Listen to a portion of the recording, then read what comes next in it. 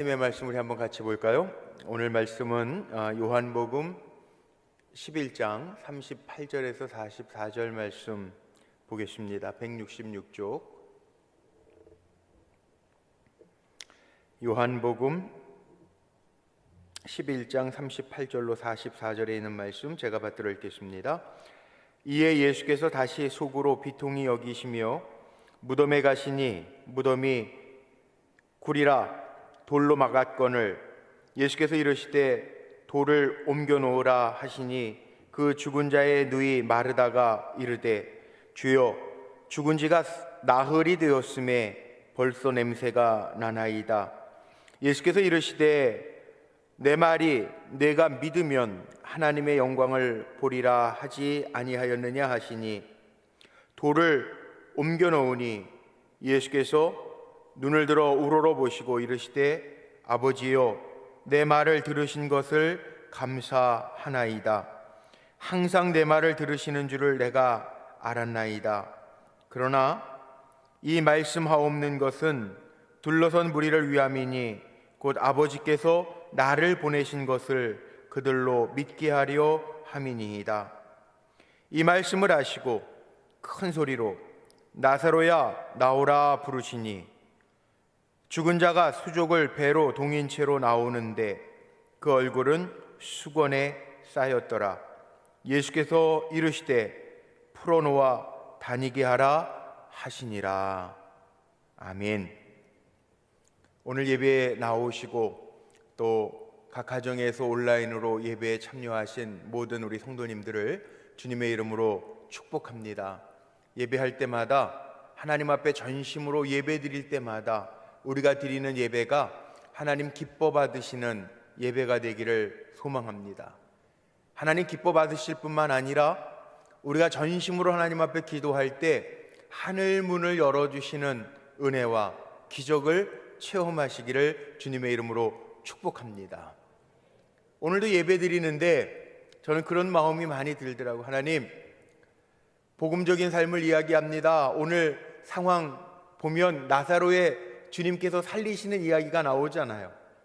복음적인 삶이 뭡니까? 나는 할 수 없는데 주님이 내 삶 속에 오셔서 일하시는 것, 주님이 나와 함께 하심이 느껴지는 것, 그래서 더 기쁨으로 감사함으로 살아가는 것, 그것이 복음적인 삶입니다.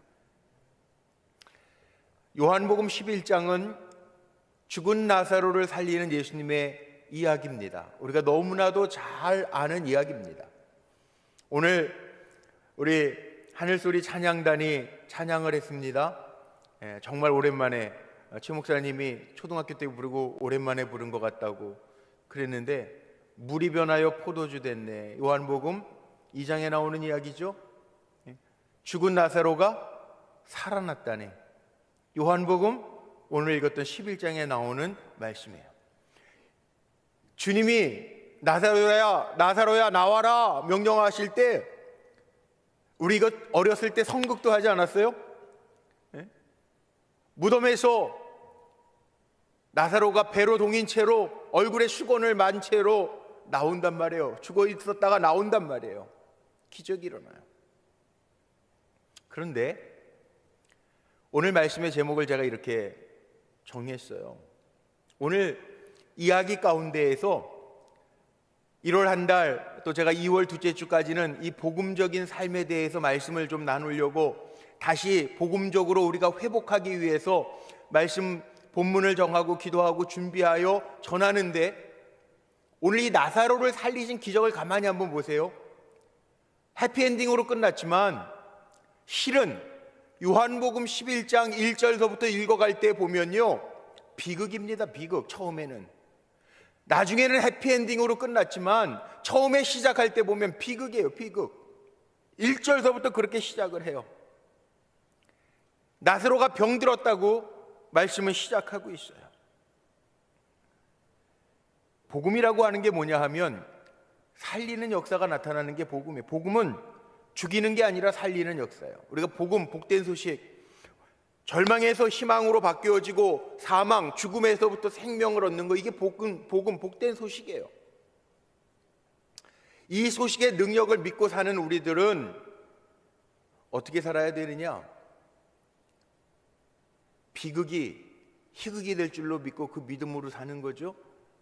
어려움으로 끝나는 인생이 아니고 죽음으로 끝나는 인생이 아니고 다시 살게 하시는 하나님의 은혜가 있음을 기억하면서 사는 삶이 복음적인 삶이죠. 오늘 말씀해 보세요. 비극이에요. 나사로가 병들었어요. 나사로가 누굽니까? 예수님이 가장 친밀하게 여겼던 나사로의 남매들이 있죠. 마르다, 마리아, 나사로. 얼마나 외로웠던 사람인지는 잘 모르겠어요. 그런데 예수님이 참 아끼던 사람이에요. 그 나사로가 죽었어요. 우린 이렇게 얘기할 수 있죠. 아유, 죽으면 천국인데 뭐. 맞아요. 죽으면 천국이에요. 그런데 죽음이 슬퍼요. 왜 슬프냐 하면 죽음이라고 하는 것은 분리, 살아있는 것과 죽음 분리가 된단 말이에요. 또 내일도 제가 장례 결혼식도 있고 내일 장례도 있어요. 주례도 하고 또 장례도 갔다 와야 돼요. 그런데 한번 생각해 보세요. 장례 가면요 다 슬퍼요. 아버지가 아무리 90이 넘으셔도 80 넘으셔도 뭐 세상 사람들은 90이 넘으면 요즘 호상이어도 자식들의 마음에는요 다 상처가 있고 조금만 더 사셨으면 이런 마음들이 있어요. 왜 그렇습니까? 천국 가셨는데 왜 그럴까요? 분리가 되니까 이제는 육신적으로 더 이상 볼 수도 없어요. 만질 수도 없어요. 그 음성을 들을 수도 없어요. 분리가 되니까. 천국 가셨지만 천국에 대한 확신은 우리가 갖는다고 하더라도 죽음이라고 하는 게 나눠놓잖아요. 죽음이라고 하는 게 나눠놓잖아요. 목사니까 이럴 때도 있더라고요. 내일 토요일인데 요즘에 참 코로나가 돼서 장례도 많이 못 가고 결혼식도 많이 못 가요. 그런데 결혼식 갔다가 장례를 가야 되니까 양복을 못 입고 넥타이는 2개를 가져가야 되겠구나. 뭐 이런 생각들 하잖아요. 말씀을 준비하면서도. 결혼식 준비할 때에는 주례사 준비하면서 죽음이 나눌 때까지. 그러지만 사실 살다가 보면 죽음이 나눠놓을 때가 있잖아요. 죽음이 뭐예요? 이 분리라고요. 분리. 물론 이 다음에 다 천국에서 만날 거지만 분리되기 때문에 죽음이 슬픔인 이유가 되죠. 자, 이 슬픔이요 지금 예수님에게도 임했다. 예수님도 운다라고 하는 얘기가 오늘 이 요한복음 11장에 집에 가서 한번 찾아보세요. 예수님이 우셨어요. 우시기도 하셨어요. 요한복음 11장에 나와요. 비극이에요. 어떤 일이 일어났습니까? 이 비극이 일어나니까 사람들이요 비난합니다. 사실 비난 넘어서 조롱을 합니다. 예수님에게 조롱하는 이야기도 나와요. 오늘 제가 38절부터 읽었지만 37절 말씀해 보면 무슨 내용 나오는지 한번 성경 가지신 분들 살짝 보십시오. 컨닝해 보십시오. 뭐라고 나옵니까? 사람들이 예수님을 조롱합니다. 맹인의 눈을 뜨게 한 이 사람이 그 사람은 죽지 않게 할 수 없었더냐 하더라. 야, 맹인 눈도 뜨게 한 이 사람이 그 사람 죽지 않게 할 수 없었냐? 병들었다 그랬는데 오늘 나사로 11장 1절부터 나사로가 병들었다 그랬는데 능력 좀 발휘해 보지. 맹인도 눈 뜨게 한다는데 죽기 전에 좀 살려보지. 예수님을 부인하고 조롱하는 사람들이 생겼다는 거예요. 그래서 오늘 38절에 보니까 예수님께서 비통하게 여기셨다. 그렇게 조롱당하고 비난당할 때 예수님께서 비통히 여기셨다. 말씀 속에 그렇게 나와 있더라고요. 그런데 주님이 비통히 여기신 이유 가운데 또 하나는 뭡니까?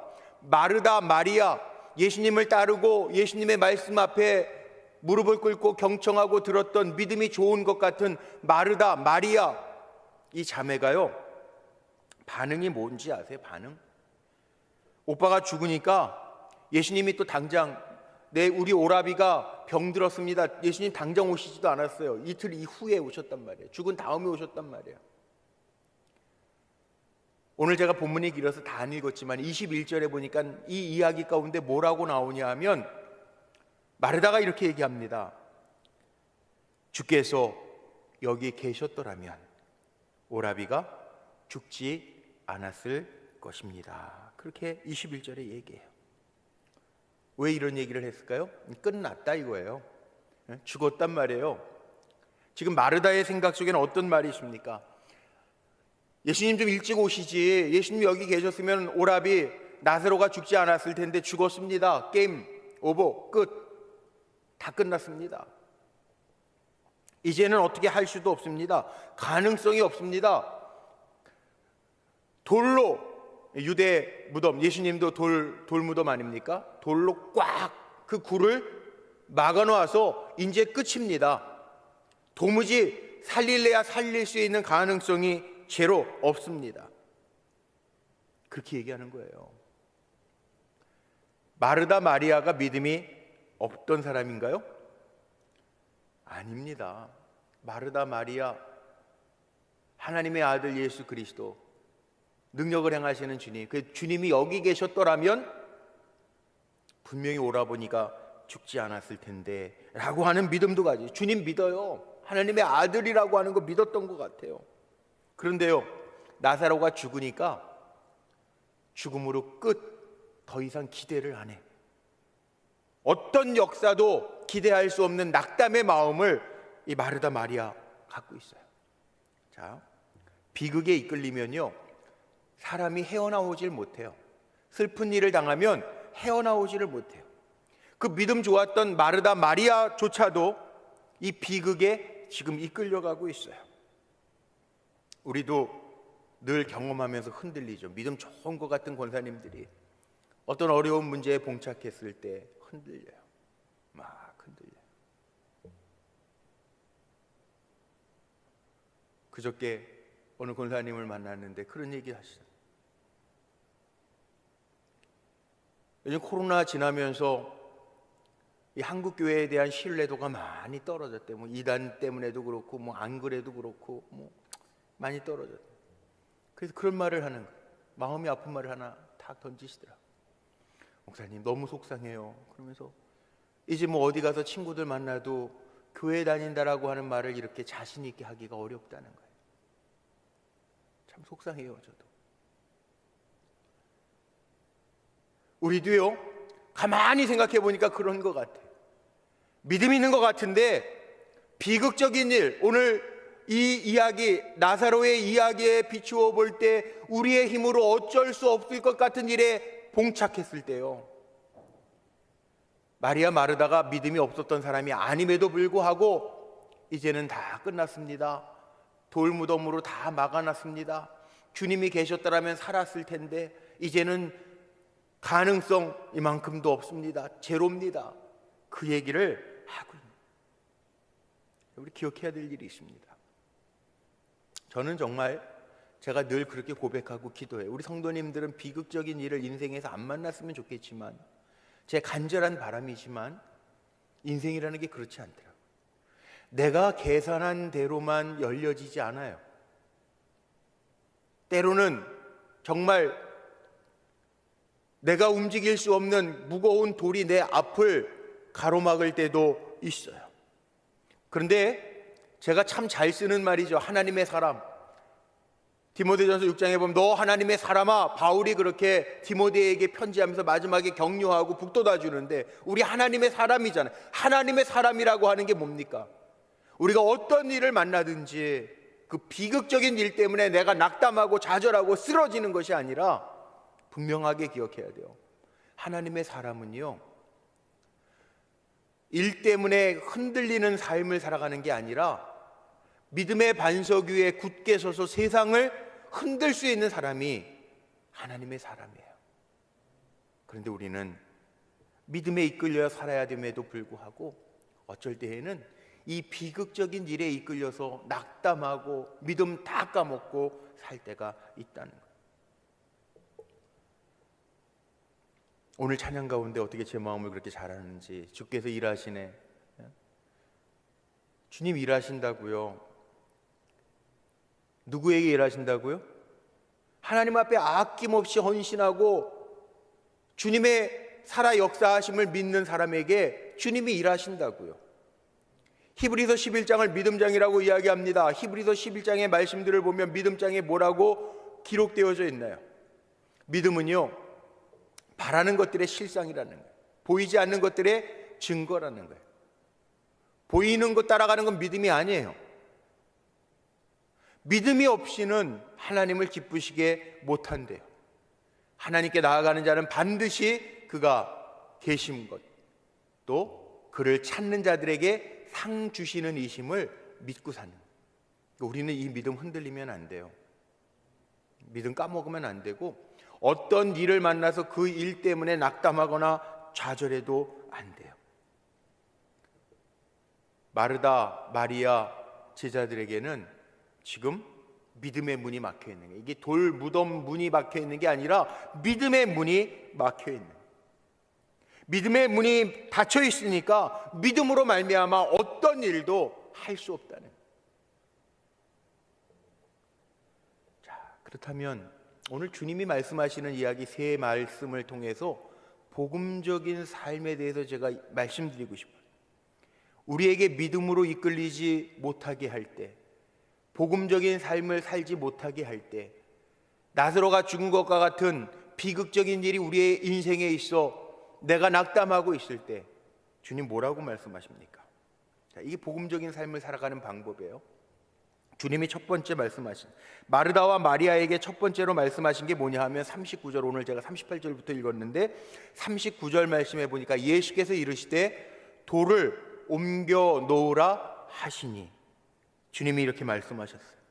나사로 다 죽었어요. 이제 주님이 계셨더라면 안 죽을 것 같았는데 죽었어요. 오라버니 죽었어요. 이제 끝이에요. 아무것도 할 수 없어요. 그랬는데 예수님이 그 얘기를 듣고 뭐라고 그래요? 이르시되 돌을 옮겨 놓으라. 왜 예수님이 돌을 옮겨 놓으라고, 무덤 문을 막고 있는 돌을 옮겨 놓으라고 했을까요?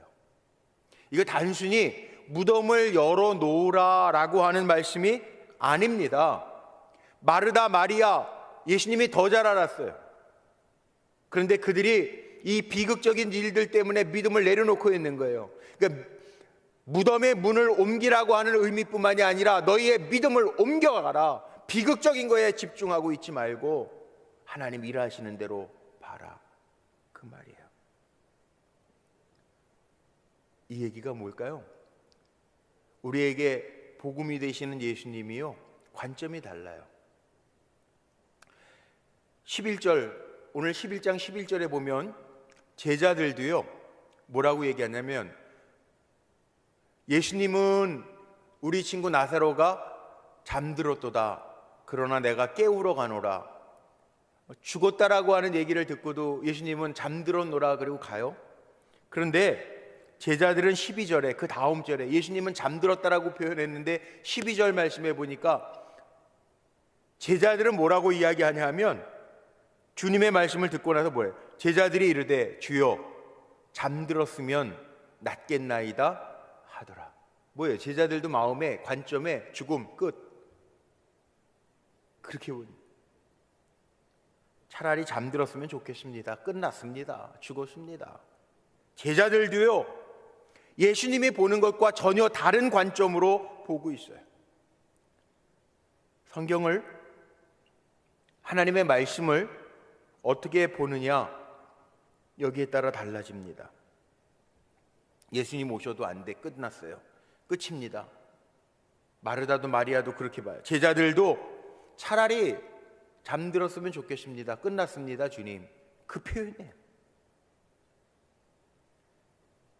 제자들의 눈은, 마르다 마리아의 눈은 지금 어디를 보고 있어요? 환경 보는 거예요. 상황만 보는 거예요. 상황, 환경, 상황만 보는 거예요.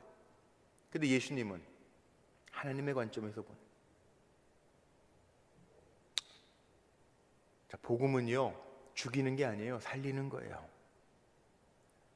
예수님은 관점이 달라요. 죽은 게 아니에요, 잔다 하시고. 주님은 우리에게 절망을 주시는 분이 아니에요. 하나님의 생각은 평안이래요. 재앙이 아니라 평안이래요. 근데 우리는 조금 재앙스러운 일들만 만나면 야, 끝났어, 그래요. 하나님 우리에게 주시는 거는 실패가 아니에요, 영광이에요, 영광. 그런데 우리는 한번 실패하면 끝났다라고 생각하고 해석해버려요. 이게 우리의 모습이에요.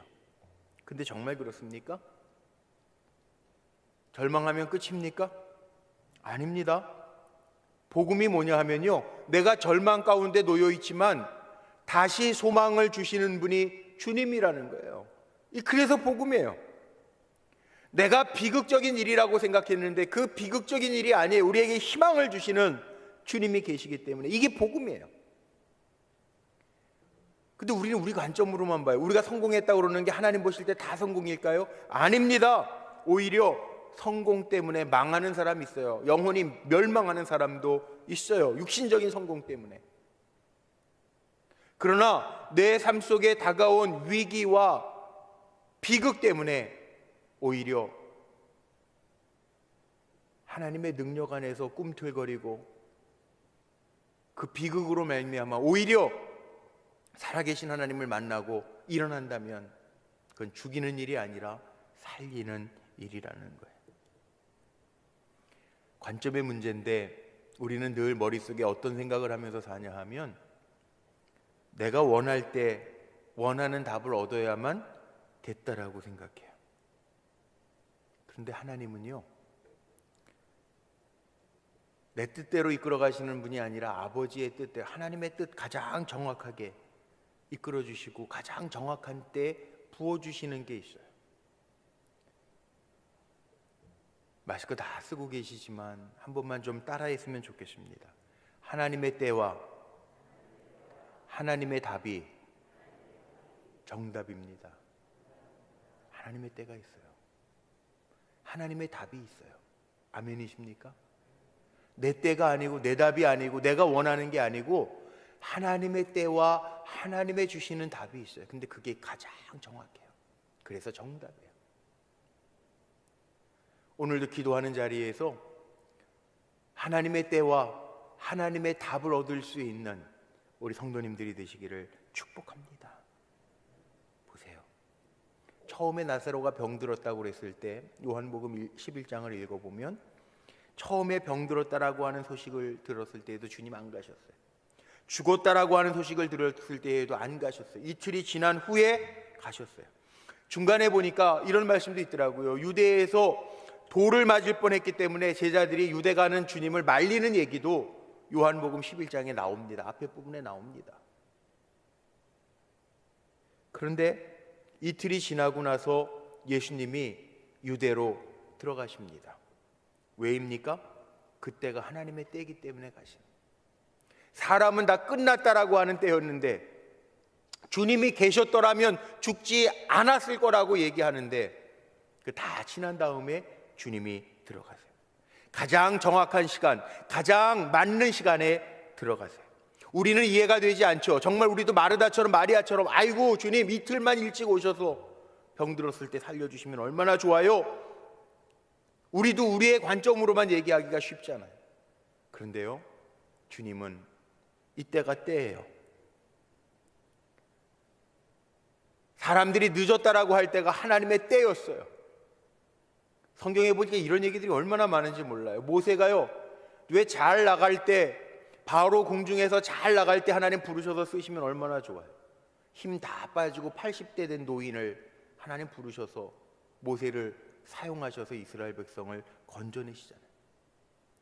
아브라함, 요즘에 과학적으로는 그러죠. 뭐 아이도 가임 기간 중에 30대 중반 넘어가면 어렵다.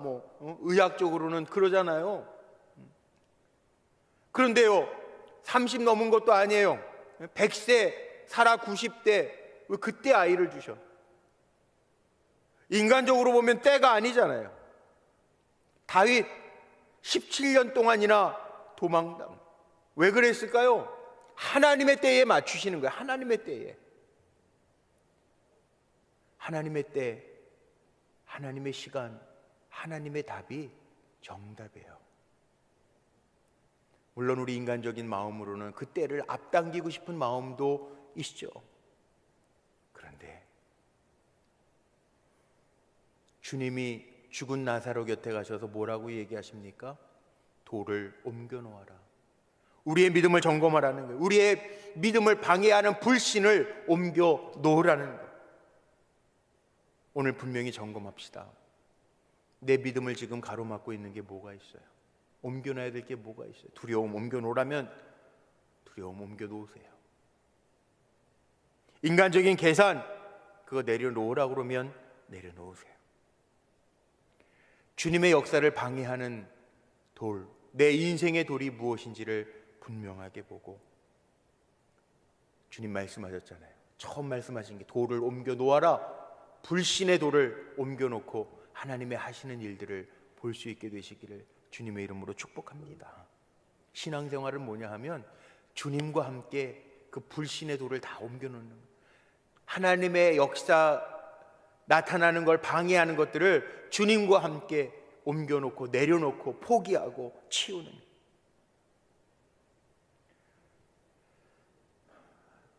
이 돌이라고 하는 게 성경의 비유를 보면요, 여러 가지 의미가 있더라고요. 돌짝밭, 열매 맺지 못하게 해요.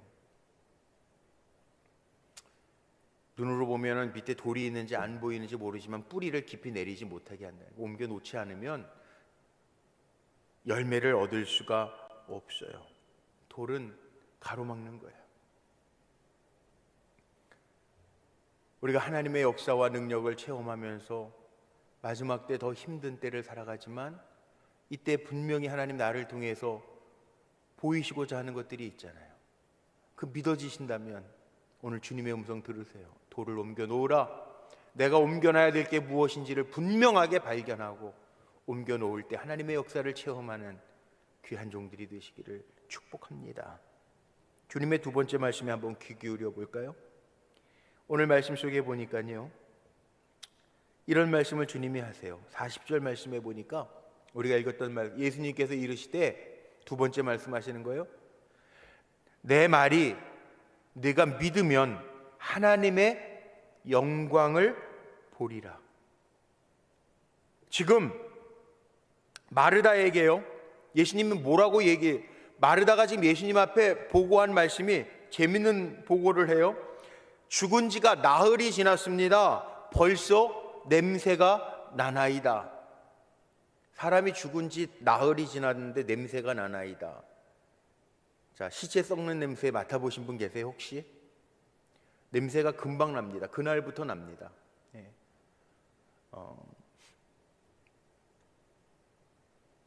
제가 26살 때 처음으로 그 시골 목회하면서 염을 해봤어요. 염. 교회 바로 밑에 집에 사시는 집사님 친정아버지 모시고 살았는데, 그 무서운 할아버지였거든요. 그 교회 밑에 밤나무 있었는데 밤 떨어지는 거 애들이 집어가면 또 막 야단치시고, 무서운 할아버지 한 분 계셨는데 돌아가셔요. 연세 많으셔서 80 훨씬 넘으셔서 돌아가셨어요. 근데 우리 집사님네 친정아버지인데, 그 집사님이 그 시골이니까 저한테 염을, 그 뭐 원래 시골 목회하시는 분들 그때는 그 시골에서 막 다 치르잖아요. 장례를 칠성판 깔아놓고.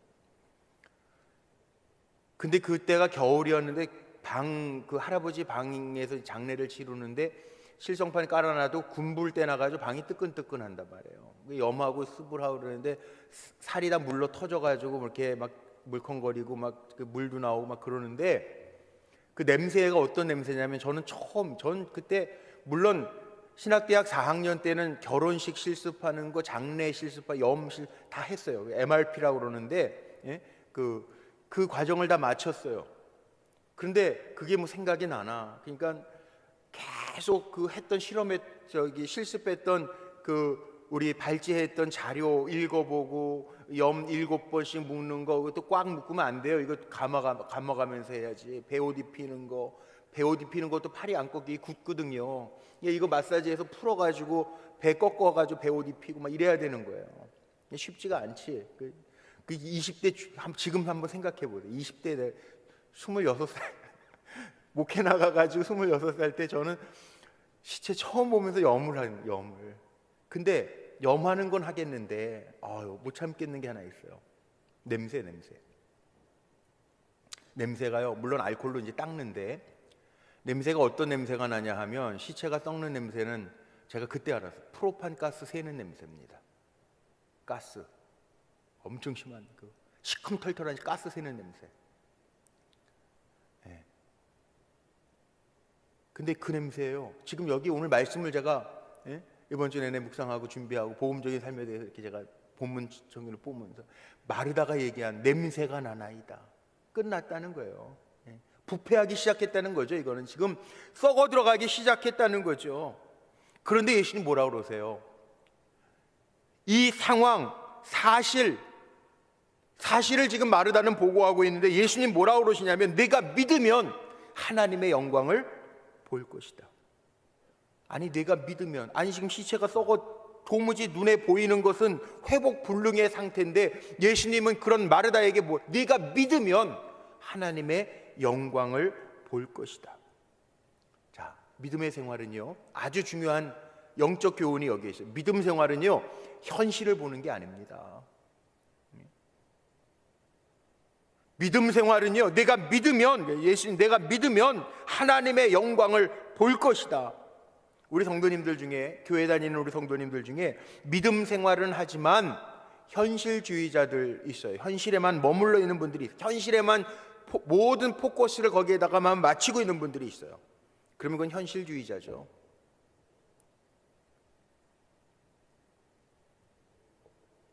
복음적인 삶을 산다는 거는요, 이 눈에 아무 증거 아니 배워도 믿음만을 가지고서 늘 걸으며, 믿음만을 가지고서 걷는 거예요. 눈에 보이는 것 쫓아가는 게 믿음이 아니고요, 현실에만 초점을 맞추고 산다면 현실주의자로 끝나는 거예요. 그런데 예수님 뭐라고 하는, 네가 믿으면 하나님의 영광을 볼 것이다. 하나님의 영광이 뭘까요? 하나님의 영광은 하나님이 나타내시는 것, 하나님이 일하시는 것, 또 예수를 믿게 하시는 것, 정말 예수님 하나님의 하나님 되심을 깨닫게 하시는 것. 그래서 여기 오늘 말씀 속에 예수님도 그렇게 표현하시는 거예요. 아버지께서 나를 보내신 것을 그들로 믿게 하려 함이니이다. 이게 하나님의 영광이에요. 하나님의 아들 되심을 믿게 되는 것, 이게 하나님의 영광이라는 거예요. 저와 여러분이 믿고 살면 현실, 눈에 보이는 것만 생각하고 그거에 주눅들고 그거에 영향을 받는 것이 아니라 정말 믿고 살면, 내가 믿으면 하나님의 영광을 보게 될 것이다. 믿음이란 하나님의 일하시게 만드는 능력, 원동력이 믿음이에요. 믿음. 우리가 믿음 가지십시다. 믿음이 부족해서요, 성경에 보니까 그런 얘기 참 많이 나오고, 믿음에 대한 얘기 많이, 내 믿음대로 될지어다. 예수님도 선언하세요. 그렇다면 믿음이 이렇게 하나님의 일하시게 하는 능력이라면 저와 여러분이 믿을 때 하나님의 영광을 보게 될 줄로 믿습니다. 잃어버리지 말자고요. 안 그럴 것 같은데 성경의 이야기들이 다 그거 아니에요? 잘 나갈 때는 믿는데 비극의 순간 앞에서는요, 그 믿음 다 까먹어요. 아닐 것 같은데 거의 99.9%는 그래요. 하나님이 이스라엘 백성을 건져 넣을 때를 한번 생각해 보세요. 기가 막힌 이적들, 파리, 피, 우박, 장자 재앙까지 10가지 재앙을 다 쏟아부으시면서 하나님이 이스라엘 백성에게는 우박 피해도 보지 않게 하시고 장자도 죽음을 보지 않고 건너뛰시고 별 기적을 다 행하셨어요.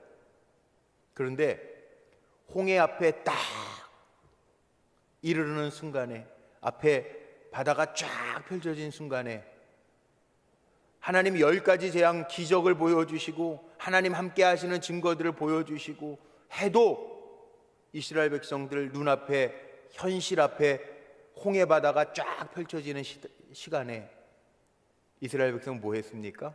그 믿음 다 까먹고 원망해요. 새까맣게 10가지 재앙, 유월절 기적 다 까먹어요. 믿음을 잃어요. 그리고 눈앞에 펼쳐진 현실 때문에 현실주의자가 돼서 그 믿음 다 잃어버리고, 그리고 좌절하고 낭망하고 거기에다가 원망까지 해요. 모세는요 그 현실, 눈앞에 모세 눈에는 그런 홍해가 안 보였느냐? 모세는 장님입니까? 아니에요. 모세의 눈앞에도 홍해가 보였어요. 그런데 모세는 다르게 고백하더라고요. 출애굽기 14장 13절 말씀해 보니까 모세는 이렇게 얘기합니다. 모세가 백성에게 이르되 너희는 두려워하지 말고 가만히 서서 여호와께서 오늘 너희를 위하여 행하시는 구원을 보라. 내가 오늘 본 애굽 사람을 영원히 다시 보지 아니하리라. 눈에 보이는 건 홍해고 뒤에서 눈에 보이는 거는 추격해오는 애굽의 군사들이에요. 그 현실이 맞잖아요. 그런데 모세는 뭘 봅니까? 믿음의 사람 모세는요, 너희는 가만히 있어 하나님께서 너희를 위하여 행하시는 구원을 보라고 선포하고 있어요. 결국 어떻게 합니까? 결국 누가 기적을 일으킵니까? 하나님 말씀하신 대로 모세가 손을 내밀어 지팡이를 든 손을 내밀 때 홍해가 갈라지고 길이 나타납니다. 생각지도 못했던 기적이 나타납니다. 이것이 하나님의 영광이에요. 우리 성도님들도 저는 그렇게 기도하는데, 어려운 거는 이제 뭐 얘기하지 않아도 다 비슷하게 다 어렵다고 그러고, 누구를 만나도 어렵다고 그러고, 힘들다고 그러고, 그 현실을 보면 어렵죠. 맞아요. 현실을 볼 때에는 홍해죠. 맞아요. 그런데 주님은 우리에게 말씀하세요. 복음이 되신 주님은 우리에게 이렇게 말씀하세요. 내가 믿으면 아버지의 영광을 보게 될 것이라. 오늘 예배 왜 드리십니까? 우리가 믿음으로 드리는 거잖아요. 오늘 마음의 간절한 믿음을 가지고 주님의 이름을 부를 때 아버지의 영광을 보는 은혜를 체험하게 될 줄로 믿습니다. 그러니까 우리 믿자고요. 잘 믿자. 길이 없다고 그러지 말고 하나님이 길을 내신다라고 하는 믿음을 가지고 나아가자고요. 하나님의 영광을 보게 될 줄로 믿습니다. 마지막 세 번째, 주님이 하신 말씀. 주님이 기도하시고 나서요, 나사로가 무덤 바깥으로 나옵니다. 기적이 일어났습니다. 나사로가 나왔는데 배로 동인체로 나왔고, 얼굴은 지금 보시는 44절의 말씀처럼 수건에 쌓였더라 그랬는데, 예수님 뭐라고 말씀하시냐면 선포하십니다. 큰 소리로 나사로야 나와라. 그러니까 나오기는 나왔는데 앞을 볼 수도 없어. 수건으로 얼굴을 쌌고 몸은 배로 동여져 있어요. 근데도 나왔어요. 예수님 뭐라고 말씀하시죠? 오늘 제가 제목 삼은 것처럼 풀어놓아 다니게 하라. 무엇을 풀어놓으라는 얘기예요? 백근? 얼굴에 있는 수건 풀어놓아 다니게 하라는 거예요? 물론 그런 의미도 있겠죠. 그런데 그 얘기가 아닙니다. 믿음으로 풀어놓아서 다니게 하라는 거예요. 움츠려들지 마세요. 아이고 나 망한 것 같아, 나 어떡해, 그러지 마세요. 믿음 가지고 일어나세요. 주님이 말씀하셨어요. 풀어놓아 다니게 하라.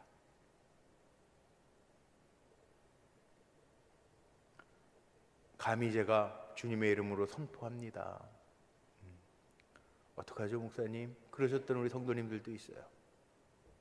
하나님 살게 하실 거예요. 제가 선언했어요. 제 말이 아니라 주님이 말씀하세요. 야, 어렵다고, 움츠려들어 있다고, 매여 있다고? 아니야. 풀어놓아 다니게 해. 우리 사랑하는 성도님들의 삶 속에 풀어놓아 다니는 은혜가 있으시기를 주의 이름으로 축복합니다. 우리가 하는 일, 주님이 하는 일 구별되어져요. 제가 오늘 말씀 결론을 이렇게 내리고 오늘 말씀 마치고 기도하려고 그래요. 뭐냐? 우리는요 기도하는 거예요. 믿음을 가지고 기도하는 일, 이거 우리가 해야 할 일이에요. 응답은요 가장 정확한 때 정답으로 주님이 이끌어 주실 거예요. 이건 주님이 하실 일이에요. 우리는 믿음으로 기도하는 거예요. 교회 다니는 게 창피한 게 아니에요. 우리에게는 주님이 계시잖아요. 전도, 복음을 전하는 거 우리가 하는 일이에요. 열매를 맺게 하는 거는 하나님이 하실 일이에요. 주님이 하실 일이에요. 하나님 우리에게 전하라고 하셨어요. 봉사, 섬김, 우리가 해야 할 일이에요. 우리가 잘 섬기고 일할 때 복을 주시는 분은 하나님이세요. 하나님의 일이에요. 오늘도 주님은 우리의 믿음을 보시고 일하신다고 했어요. 풀어놓아 다니게 하라. 오늘 예배드리는 여러분들이 교회 리더들이 되셔서 믿음이 없는 분들 격려해주고 선포해주고 풀어놓아 다니게 하는, 선포하는 믿음의 종들이 되시기를 주의 이름으로 축복합니다. 그것이 복음적인 삶이에요. 복음이 있는 사람, 주님이 나와 함께 하시는 사람은 현실만 보지 않아요. 하나님의 영광을 보는 사람들이에요. 저는 우리 불꽃교회, 저나 여러분이나 현실만 보지 말고 하나님의 영광을 보는 영의 눈, 믿음의 눈들이 다 열려져서 주님과 더 가까이 주님 기뻐하시는 삶을 살아낼 수 있는 저와 여러분 모두가 되시기를 주님의 이름으로 축복합니다.